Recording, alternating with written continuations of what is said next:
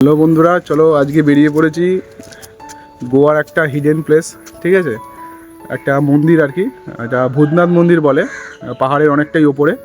তো আজকে পুরো জার্নিটা তোমাদের সঙ্গে শেয়ার করবো। ওই যে আমার গাড়ি দাঁড়িয়ে আছে, তো চলো।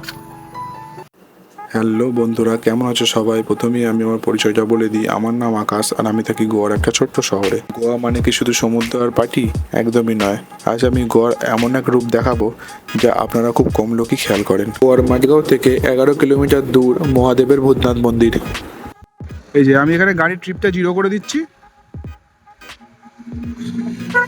যাতে কত কিলোমিটার আমরা উঠছি সেটা আমরা লাস্টে জানতে পারি। ঠিক আছে, এই যে ট্রিপ বিতে আমরা সেট করে রাখলাম কত কিলোমিটার পাহাড়ে আমরা উঠছি সেটা আমরা লাস্টে জানবো। ঠিক আছে, তো এই হচ্ছে তোমার মন্দিরের যে এন্ট্রি গেটটা, কিন্তু সেই ওপরের যে পাহাড়টা আছে সেই পাহাড়ের একদম ওই দিকে যেতে হবে।